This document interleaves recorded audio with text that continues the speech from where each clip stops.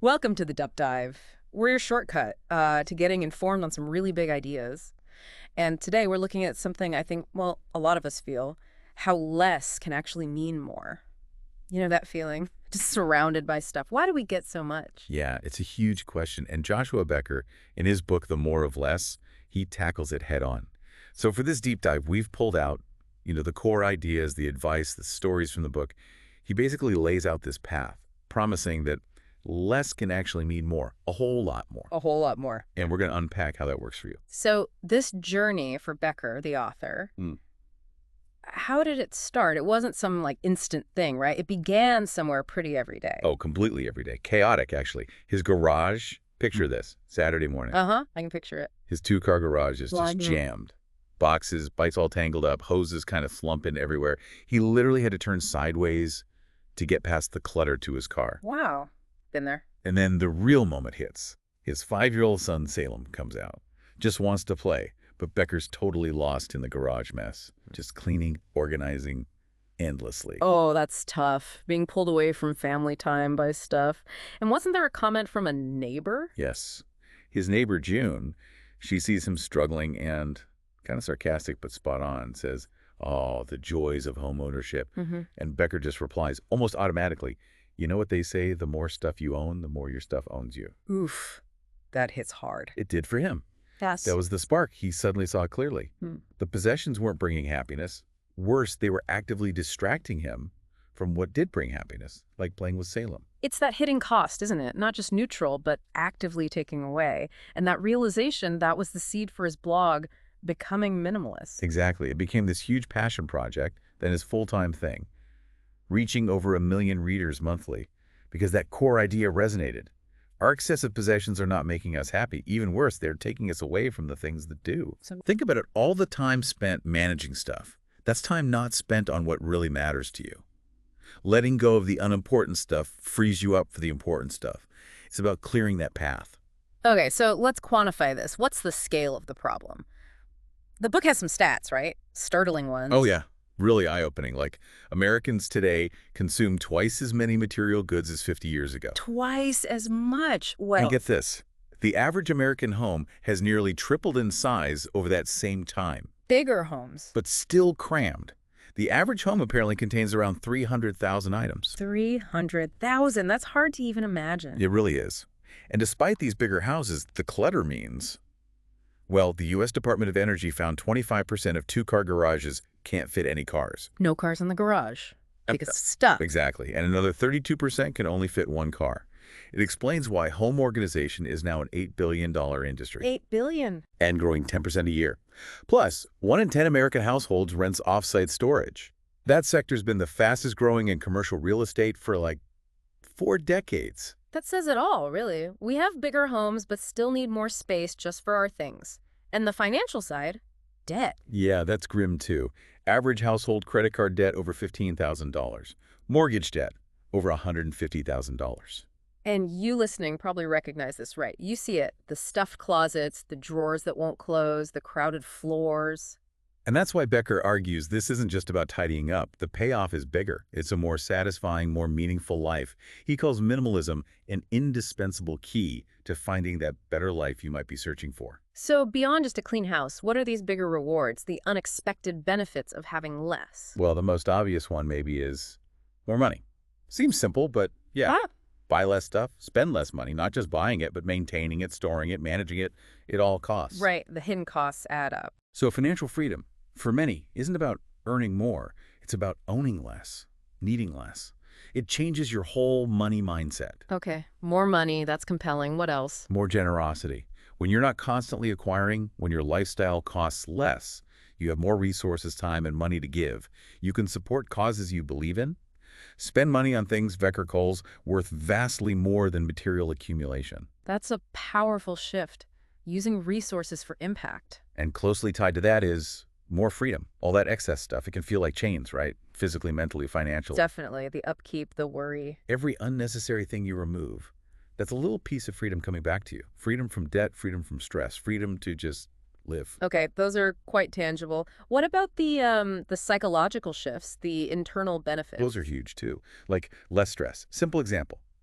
Walk into a messy room, then a tidy one. How do you feel? Stressed in the messy one, calmer in the tidy one. Right. Obvious, I guess. Right. Becker nails it. Mess plus excess extra stress. Removing stuff literally creates calm. We could all use more calm. Absolutely.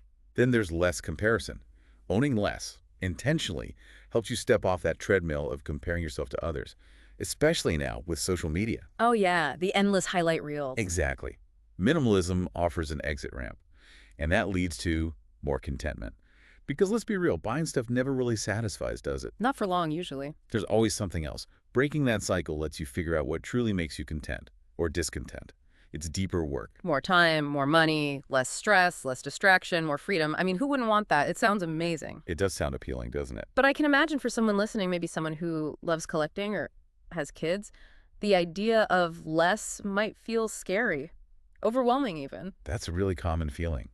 And it brings us to some big misunderstandings about minimalism, what it isn't. For starters, people think it's this brand new trendy thing. Right, it feels very now, but it's older. Much older.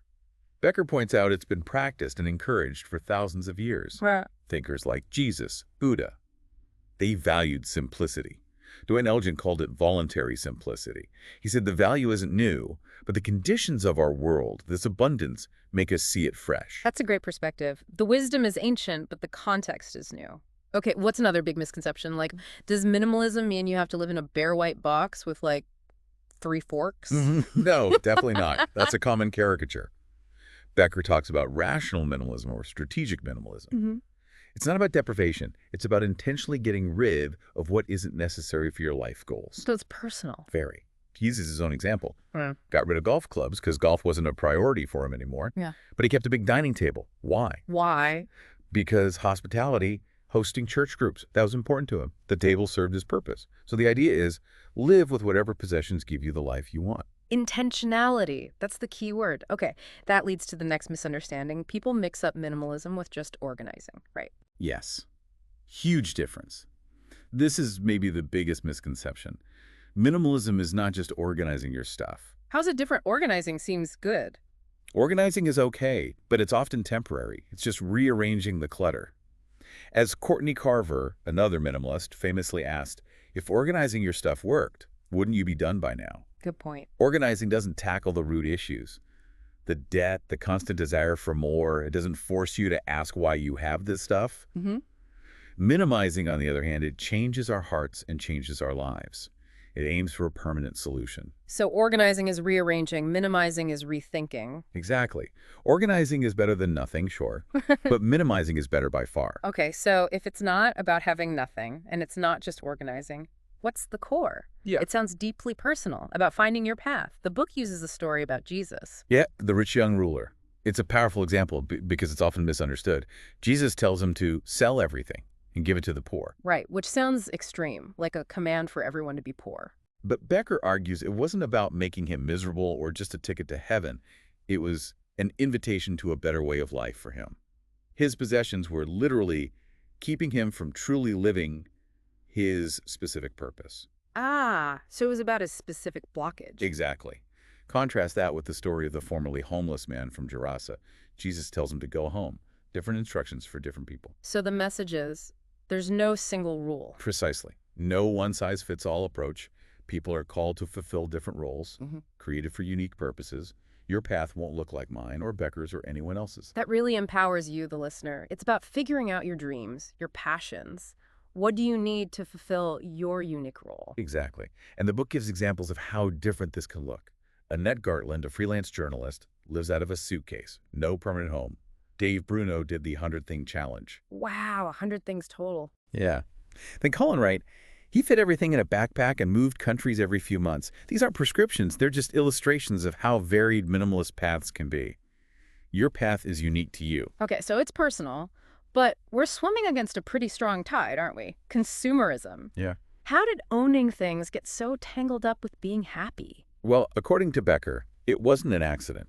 Back in the 1920s, advertisers and psychologists deliberately started linking ownership with happiness. Deliberately. Yeah, consciously stirring up needs and wants. Yeah. Making people feel they needed things to be happy or successful. It was a strategy. So it's kind of manufactured, this connection. Largely, yes. Yeah. And that strategy is alive and well today, just way more sophisticated.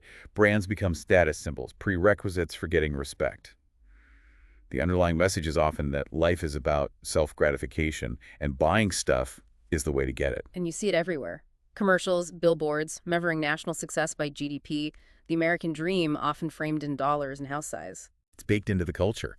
And now, marketers have all this data about us from our phones, our clicks. They know us better than we know ourselves sometimes. And they use it. Yeah. They target our insecurities, our desires. It's incredibly effective. But does it work? Does consumption actually deliver that happiness it promises? That's the core message of the book. No, consumption never fully delivers. It might give a temporary high, but then it just leads to wanting more. It steals freedom, brings burden, regret. It distracts us from the things that actually bring joy. It's a trap. And our backgrounds shape how we see this trap, right? Our generation, our upbringing. The book uses an art exhibit example. Yeah, Songdan's waste not. His mother saved everything, like 10,000 items in her tiny Beijing home. Looked like hoarding. But it wasn't just hoarding. For her, shaped by wartime scarcity in China, saving everything was rational. It shows how deep these attitudes run, how life experiences shape our relationship with stuff. So how does this play out across generations, according to the book? Becker gives a quick overview. The silent generation, born 1928-1945, shaped by the Depression and WWII, often have that deep waste not, want not ethos. Downsizing can be really hard for them. Makes sense. Baby boomers, 1946-1964, grew up with more prosperity, suburban expansion, bigger homes became the norm, a different starting point. Okay. Generation X, 1965-1980, often the latchkey kids, maybe saw both sides of consumerism rising, but also its downsides. Becker warns them not to be fooled. And millennials? Millennials, 1981-2000, might lean more naturally toward minimalism. Mobility, environmental concerns, the sharing economy.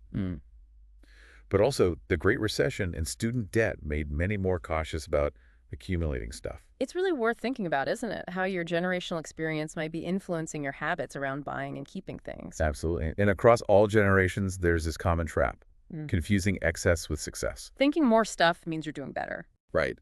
But financial wealth can be arbitrary, and buying tons of stuff is rarely the wisest use of it.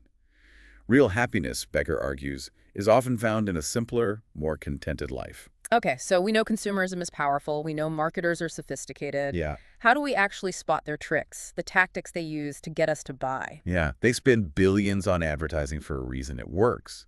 We need to be aware. Like, what are some common ploys? Okay, think about loyalty points or cards. They reward spending, sure, but often nudge you to buy things you don't need just to get points. Guilty. Retail store credit cards. That initial discount looks tempting, right? But studies show people spend way more, sometimes twice as much with store cards. Plus, they get your data. Sneaky? What about those limited time only deals? Classic scarcity mindset. Creates false urgency, taps into FOMO, fear of missing out. Makes you decide fast, often wrongly. And sales. Are they always real deals? Not always. Instant markdowns often involve inflating the original price, just to make the sale price look amazing. Decoy pricing is another price. One item really high so others look cheap by comparison. Clever. Loss leaders, one item super cheap to get you in the door, knowing you'll probably buy other full-price stuff while you're there. Even free samples in stores work. Apparently 40% of people who try a food sample buy it. It's not just the promotions either, it's the store itself. Totally. Architectural layouts, grocery stores putting milk and bread at opposite ends. That's on purpose. Forces you to walk past everything else. Outlet malls far outside town. Encourages you to make a day of it, spend more. It feels a bit manipulative when you lay it all out. It is. So the key is self-awareness. Recognize these tactics, but also know your personal weaknesses. What triggers you? Certain stores, sales racks, feeling stressed or sad. Knowing your triggers helps you resist that destructive allure, as the book calls it. Now, let's go deeper. Minimalism isn't just about the external stuff, is it? It forces some internal work, some self-discovery. Becker had a moment like that. He really did. After donating 4 minivan loads, he had this realization. Maybe I am more in love with stuff than I ever realized. Maybe there are a lot of lies I have begun to believe. It takes honesty. It does. And it points to how we try to meet deep human needs with things, like the need for security. We think stuff makes us safe. Yeah, like possessions are a buffer against harm. But we often confuse real needs with wants, and true security with just comfort. Becker shares this heartbreaking email from a mom. What happened? She realized their family's security big house, lake house, was costing her precious time with her sons. She's working constantly to afford it all.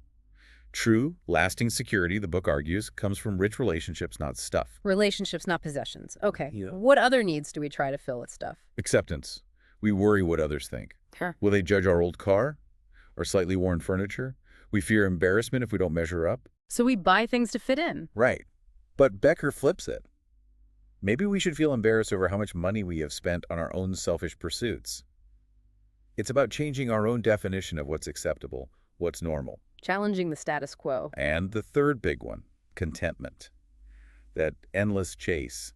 When I get X, then I'll be happy. Yeah. A new phone, a bigger TV, whatever X is for you. We've all been there. But the book says contentment is found in the opposite direction. Not in accumulating things for ourselves, but in meeting the needs of others. Generosity fosters contentment. It makes you appreciate what you have, who you are. So the book offers this amazing twist on these core needs. Exactly. Instead of seeking security in stuff, find it in relationships. Instead of seeking acceptance through possessions, redefine success for yourself. And instead of chasing contentment by getting more, find it by appreciating what you have and giving away what you don't need. That's a fundamental shift in perspective. Powerful. Okay, let's say someone listening is inspired. They want to start. What are the first steps? The book offers some baby steps, right? Absolutely. And remember, your journey is unique. But here are some great starting points from the book. First, declare your why. Get clear on the motivation. Exactly. Yeah. Before you even touch anything, write down why you want to do this. Less stress, more family time, travel, debt freedom. Get specific. This why is your anchor. Makes sense. What's step 2? Start with easy targets. Go for quick wins, things that give you that immediate satisfaction and build momentum. Like what? Becker started with his car. Sunglasses, old maps, CDs, ketchup packets. Took him 15 minutes. Instant calm.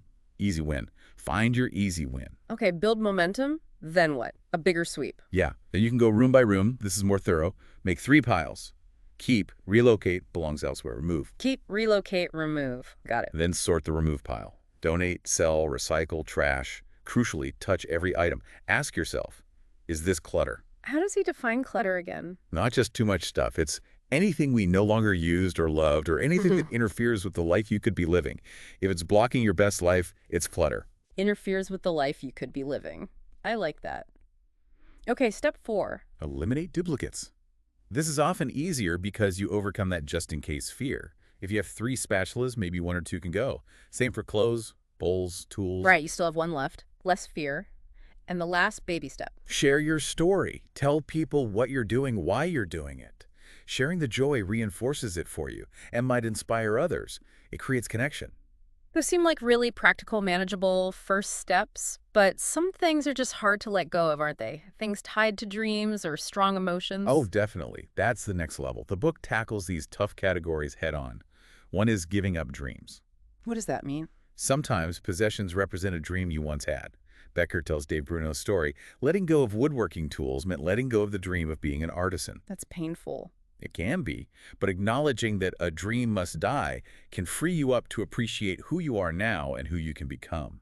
It's about redirecting energy. Okay. What about books? So many people struggle with books. Huge one. People feel books define them. But Becker says the memory of a book is not the same thing as the book itself. You don't need the physical object to hold the idea or the memory. Interesting point. He suggests taking photos of covers, giving beloved books away as an act of love. Set boundaries. He went from 3 bookcases to 1, and he admitted his motive for keeping many was just to look smart. Huh. Self-awareness again. Okay. Not paper, the piles. Paper. Physical clutter, mental clutter. We keep it for all sorts of reasons. Procrastination, sentiment, disorganization. The advice, go paperless if you can. For keepsakes, use a museum mentality, only the best. And build habits. Yeah. Act on paper quickly. Don't let it pile up. Good habits. What about devices? They promise simplicity but often add clutter. Right. Distinguish technical obsolescence, newer model exists, from functional obsolescence, it broke. Try to wait for functional obsolescence before upgrading. Ask, what problem does this really solve? Use tech wisely, ebooks, yes. Endless gadgets, maybe not. Okay, now the really tough one, keepsake sentimental items. The hardest for many. The best strategy helps here too. Keep only the most meaningful items and display them. Honor them. Don't hide them in a box. Display the best. Other tips. Try keeping just half for now. Take photos. Or give it life again. Donate those baby clothes to a mom who needs them now.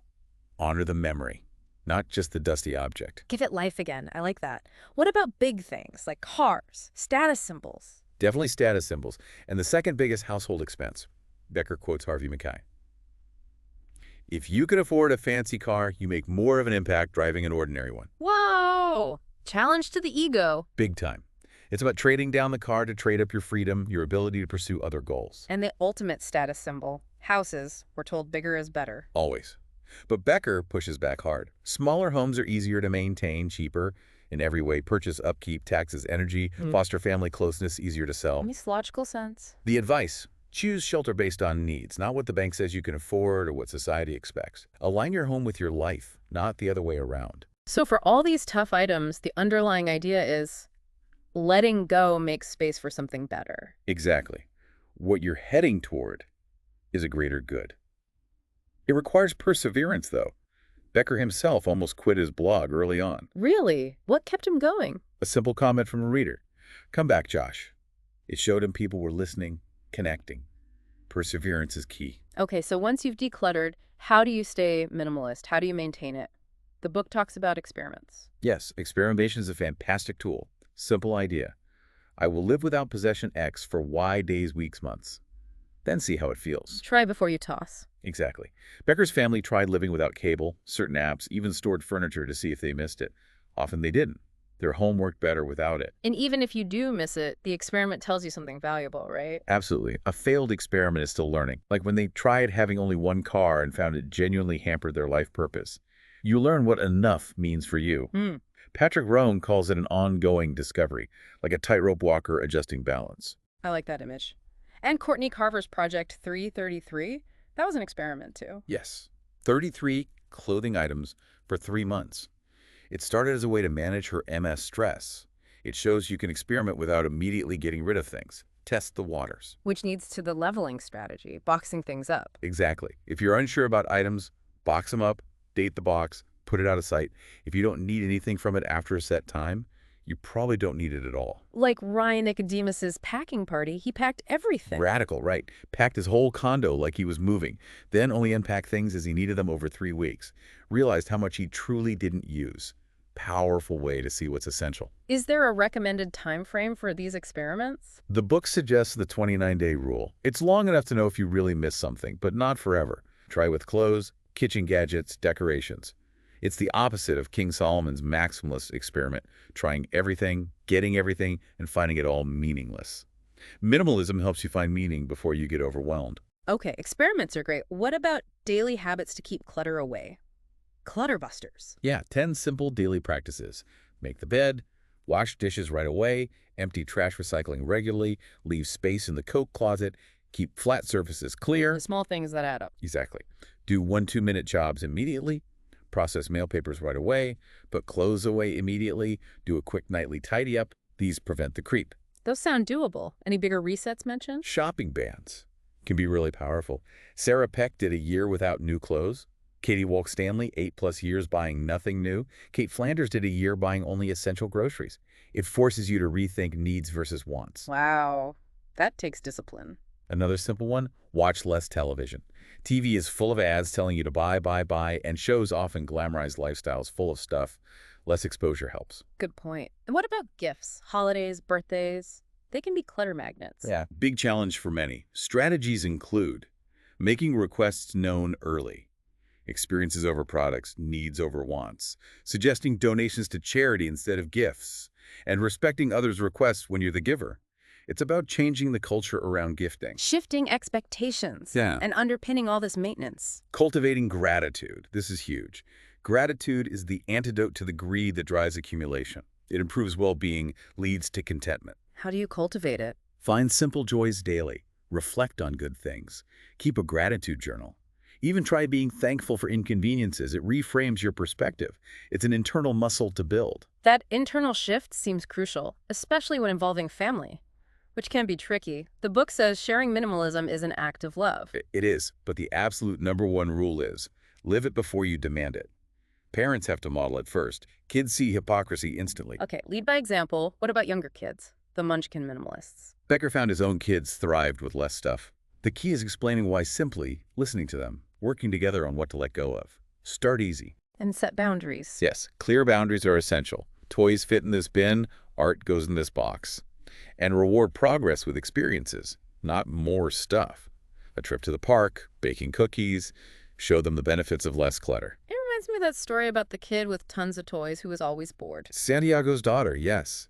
She had everything but was never forced to find happiness in the toys she already has. Limits can actually spark creativity and contentment.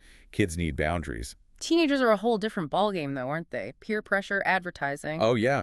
They resist for lots of reasons. Yeah. Fitting in, ads targeting them specifically, wanting independence. So how do you navigate minimalism with teens? Some good tips. Tap into their idealism. Encourage dreams bigger than just the next gadget. Make them pay for expensive items themselves teaches value. Help them decode ads. What are they really selling you? Find allies coaches, mentors who share your values. Discourage entitlement with chores, responsibility for maintaining things. Travel, if possible, to show different realities. And constantly reinforce what matters most is not what they own, but who they are. That identity piece is key. Right. And through all this family stuff, the book stresses something vital. Absolutely vital. Your relationships with your spouse and children matter so much more than where you are on the road to minimalism. Don't let decluttering become a source of conflict that damages relationships. So prioritize the people over the process. Always be patient, go slow if needed, foster intentionality in relationships above all else. Which brings us full circle, really. Minimalism isn't about the stuff. It's about making space for what truly matters. Accomplishing things, finding purpose, the pearl metaphor. Yes, from Jesus' parable. Minimalism is like selling the lesser things, excess possessions, to gain the pearl of great price. Your unique purpose, the life you want to live. You define that pearl. And often that pearl involves serving others. Becker strongly suggests considering service, mentoring, helping the homeless, funding scholarships, volunteering.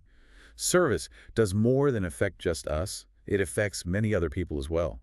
It has ripples. And the personal benefits of serving are huge too, right? Happiness, health, longevity. Immense benefits. Higher self-esteem, better mental health, more happiness, better physical health, longer life, stronger relationships, better communities. Becker calls service the most efficient pathway to lasting happiness and fulfillment. Wow, most efficient pathway. And he walks the talk. Yeah. He used his book Advance to start The Hope Effect, a nonprofit changing orphan care, funded largely by fellow minimalists. That's incredible. But you don't need to start a nonprofit. You can start small. Start now, right where you are. Use your everyday influence. Find your pearl and pursue it. So the ultimate takeaway isn't about having the tidiest house. It's about significance. Exactly. Your contribution isn't measured by your house size or car model. It's how we choose to live and how we enable others to live theirs. Dream big dreams for the one life you have given. Then wake up and live them. So the question for you is, what's your pearl? What's that purpose, that dream that minimalism can help clear the way for? Thinking about that can change everything.